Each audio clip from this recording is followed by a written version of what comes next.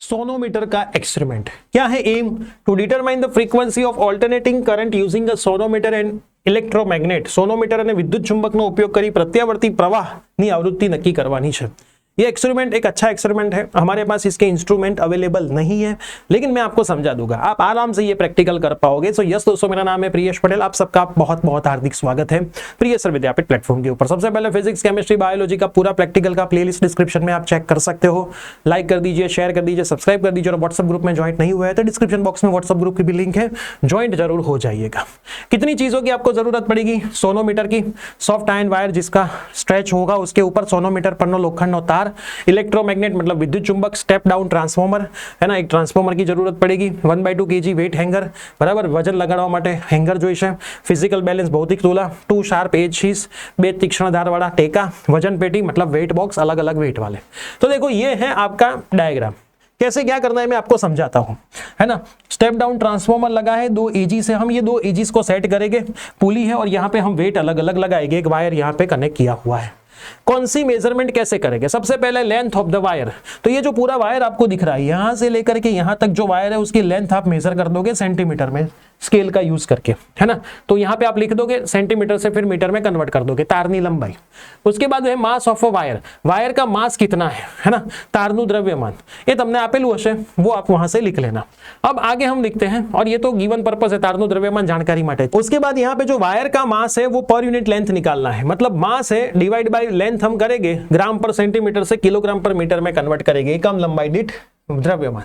उसके बाद acceleration due to gravity, वो तो 9.80 होता है मीटर पर सेकंड स्क्वायर, गुरुत्व पर व्यू आपको पता ही है. उसके बाद हम जाएंगे टेबल के ऊपर. तो टेबल के ऊपर आपको लोड लगाना है, अलग अलग जो भी लोड आपको गिवन है, 500, 1 किलो, 1.5 किलो, 2 किलो, वो लगाना है. उसके ऊपर से टेंशन निकालो. टेंशन क्या होता है? मास इंटू जी. मतलब मास आपके पास है, जी 9.8 मल्टीप्लाई कर दोगे तो आपको टेंशन मिल जाएगा बराबर.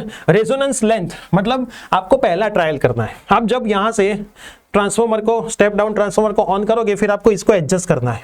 जहां पे मैक्सिमम वाइब्रेशन आपको मिलता है उसको छोड़ दो. वहां पे उनके बीच का जो लेंथ है वो मेजर कर लो, है ना. उसके बीच का जो लेंथ है वो आपको क्या कर देना है, यहाँ पे मेजर कर लेना है. फिर same to same second trial करना है, और उसका आप क्या निकालोगे? मीन निकालोगे. मीन मतलब उसका एवरेज दोनों का. और ये चीज आपको अलग अलग सारे मास के लिए करनी है ना. अलग अलग मास लगा दो, फिर अपने वो जो स्टैंड है उसको आगे पीछे ले जाओ. सबसे ज्यादा मैक्सिमम रेजोनेंस आपको जहां पे दिख रहा है वहां पे स्टॉप करके उन दोनों के बीच का जो लेंथ है वो आपको मेजर करके यहाँ पे लिख देना है.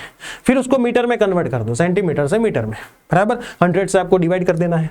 फिर आपको n की वैल्यू निकाल देनी है, 1/2L√T/n. सारा डेटा आपके पास यहाँ पे है ना. इसका आप जब ग्राफ प्लॉट करोगे तो आपको सीधी रेखा ग्राफ मिलना ही चाहिए. तो जो अब बधी वस्तु गुजराती में लखेली है ना, तो प्रैक्टिकल आप आराम से इसको कर पाओगे. ठीक है. उसके बाद आपको frequency 1/4 m into slope, v = 1/2L√T/m. ये सारी चीजें आप मेजरमेंट कर लोगे. उसके बाद आपको फाइनल रिजल्ट लिखना है. फाइनल रिजल्ट में आप कितनी कितनी चीजें लिखोगे, जो फ्रीक्वेंसी आपको मिली है कैलकुलेशन से और एक्सपेरिमेंट से, वो चीजें यहाँ पे मेंशन कर देनी है. यहाँ पे आपको सवाल कौन से पूछ सकते हैं. इसी फ्रीक्वेंसी इंडिया ने यूएस में कितनी है, सोनोमीटर में कौन सा वायर, कौन से एलॉय का वायर यूज होता है, फ्रीक्वेंसी क्या होती है, एसी फ्लो क्या होता है, इलेक्ट्रोमैग्नेट और यू शेप मैग्नेट में क्या क्या डिफरेंस है. ऐसे ऐसे वाइवा में आपको कोई भी सवाल पूछ सकते हैं. तो ये बहुत सिंपल सा है एक्सपेरिमेंट, लेकिन इसके इंस्ट्रूमेंट हमारे पास अवेलेबल नहीं है. इसकी वजह से ये एक्सपेरिमेंट मैंने नहीं दिखाया, लेकिन मैं आपको सिंपल बता देता हूँ.